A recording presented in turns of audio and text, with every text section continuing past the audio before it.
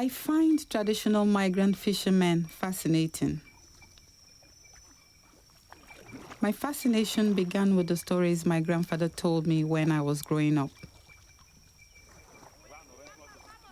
In those stories, fishermen were heroes because they conquered the forces of nature at sea and returned home with plenty of fish to feed their families. They were also revered because they had the ability to communicate with water spirits and often visited them in the depths of the sea. On their return, they brought back several gifts, including the unique songs and dance steps that are still displayed at cultural events in my state. I'm Enato Isuko, and I'm a filmmaker. I come from Bayelsa State, located in the southern part of Nigeria. My state, which has a lot of oil and gas reserves, is largely riverine, crisscrossed by several streams, creeks, and tributaries that empty into the Atlantic Ocean. So it's no surprise that my grandfather was a fisherman and that fishing is a source of livelihood for many living in the rural areas. I've always longed to experience the world of the migrant fisherman, but I never did because I was born and raised in the city. However, my curiosity about fishermen heightened after my grandfather's death. I felt a strong need to know these people I had fantasized about and to see how their world contrasts with mine. Lucky for me this year, one of my cousins introduced me to Mr. Augustine Ebong, a migrant fisherman who gladly invited me to his fishing camp situated miles away from Yenagoa, the capital city where I reside. To get to his fishing camp, Mr. Ebong advised that I come on a big traditional cargo boat called the Titanic Love Boat. It's my first time on this kind of boat, used primarily for transporting goods to and from the villages. So I'm curious to know how it got its name.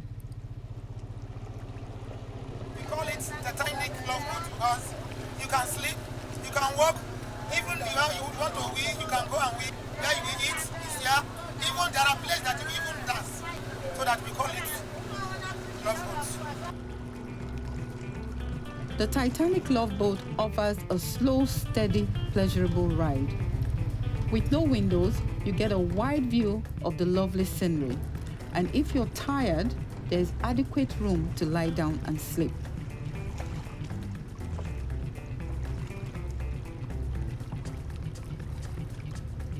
After 2 hours, we finally reach our destination.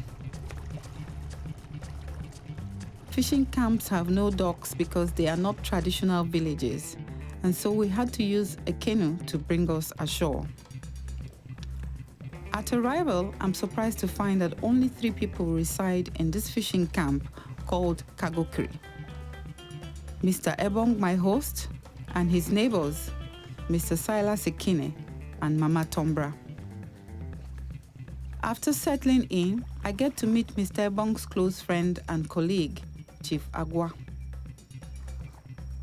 The day runs fast, and when it's time to retire to bed, Mama Tombra insists that I sleep in her home.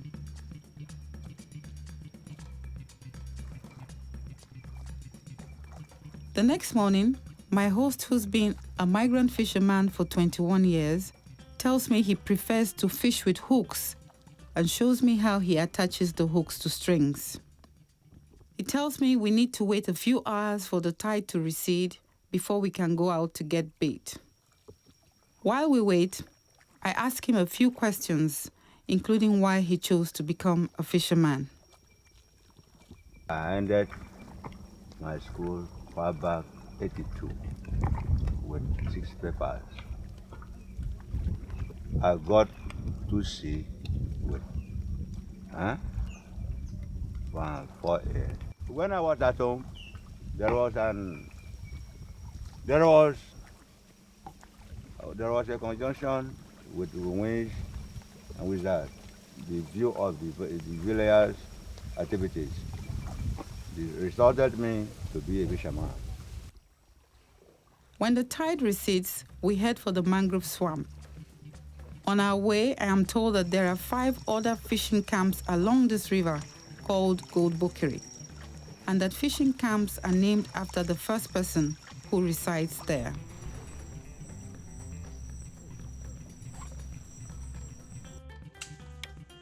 We are now in the mangrove. We walk with mangrove. This is my barrow. This is my barrow. This is the book. This is my book. Mr. Ebong says that I need to look for holes in the ground because that's where the baits hide. No, okay.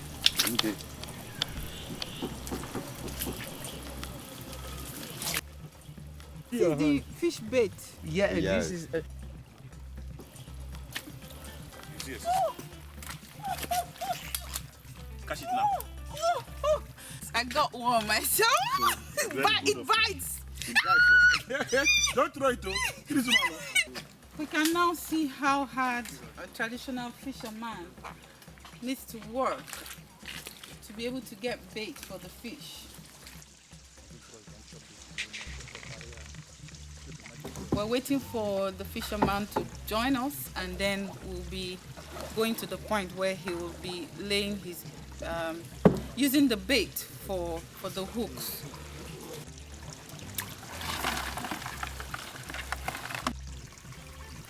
If for hook, balancing.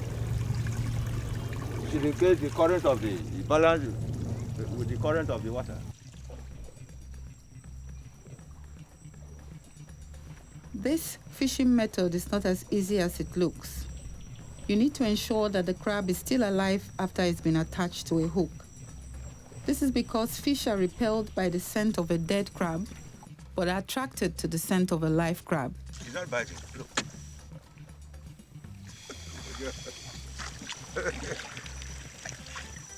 I've killed it. After spending about 3 hours laying the hooks, we head home. We can now walk on dry land to where we're staying. But in another few hours, all this area will be covered with water. Mama Tombra, who fished as a younger woman, runs the only store in this area. She says she's lived here since 1984 and now calls this place home. Sitting in her store, I watch as a number of women and children come to buy food, toiletries, and other items they need. However, this lady, Mrs. Cecilia Enoch, surprisingly buys some acrylic, and I'm eager to know why. Go cut firewood now, ask now you cut. The place you cut, you take put on, you don't done.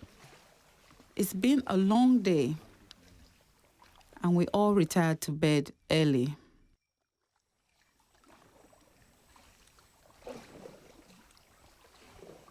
It's 6 a.m. in the morning, and we're already heading out to retrieve the hooks.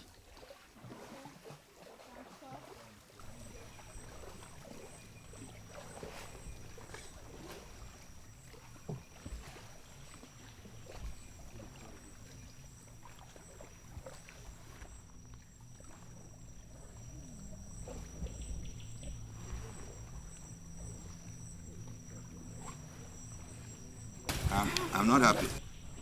Let me say 15 years ago, when we are doing all this, I should have get enough fish in my boat now. But as I now, presently, nothing.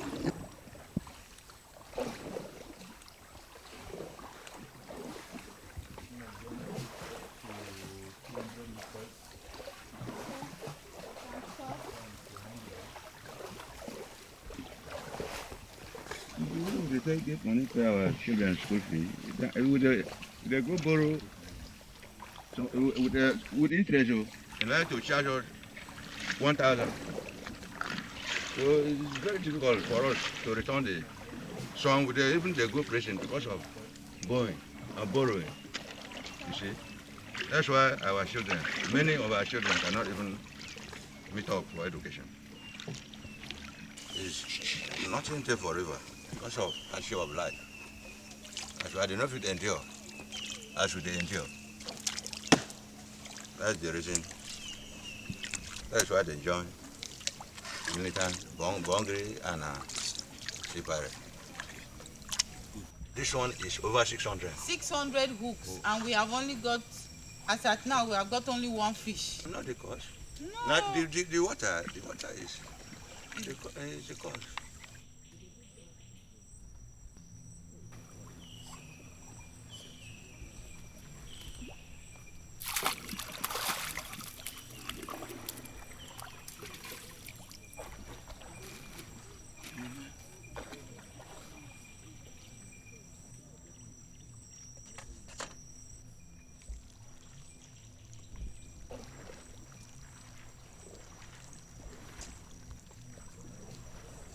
After 3 hours, we finally get to the end of the hook line, dashing my expectations that would catch a lot of fish. And so we return back to the camp with a basket full of strings and dead crabs. Before he leaves for his place, Chief Agua, who is more vocal than my host, explains why the rivers are bad and why there is no fish. Yeah. See, look the oil in top of the water, and you see them you see the angala, the mangrove. It's just they die, they fall. No way a fish they go hold sup. When they go put net for corner, where you go get fish not day. Oil when they come cost where come float like this. Nah, people then they do them now. Which people? Illegal oil company. People wait there for a fishing camp. Now they suffer. Not be saying a joke. We die hungry. Later in the day, Mr. Ebong gets out of his sober mood caused by our poor catch. He shows me how he uses the dead crabs and some plastic containers to get another type of bait. This time, it's the mud skipper.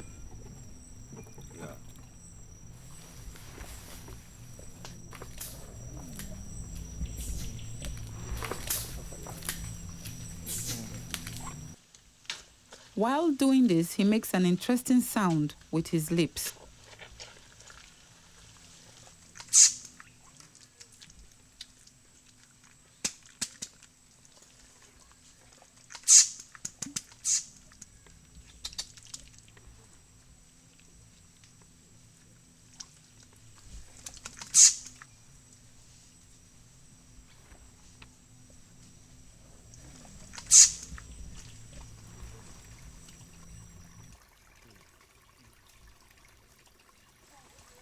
Why do you have to make that sound? Thank you.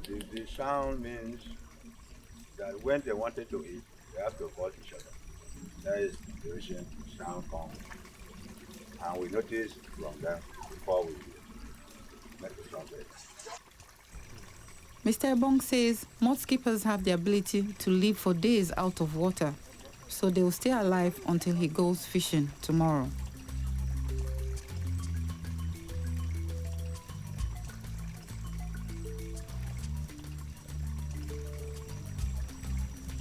Life in the fishing camp is so different from life in the city.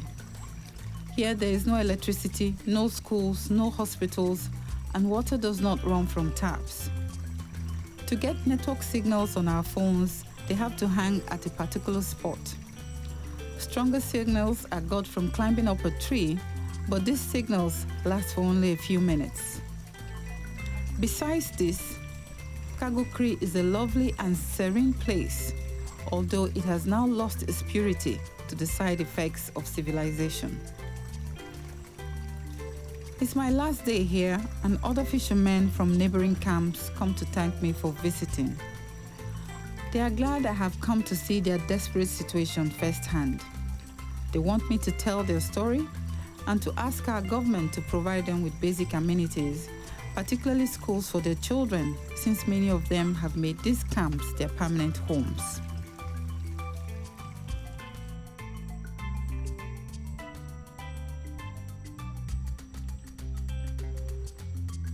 On the day of my departure, Mama Tombra gives me a bottle of acrylic as a parting gift, saying it's the only thing that she has that I'll need outside the camp. I am touched by her kindness. I have enjoyed my stay with these wonderful and resilient souls. But I leave here very sad, realizing that the devastating effects of oil pollution on our rivers and even in the air we breathe is worse than I could have ever imagined. It is obvious that this traditional way of fishing will soon be extinct, as boatloads of fish have now been replaced with hooks, strings, and empty nets. My fantasies have been shattered by reality. The amazing stories my grandfather told me does not hold for these migrant fishermen who, with each passing day, are losing their only means of livelihood.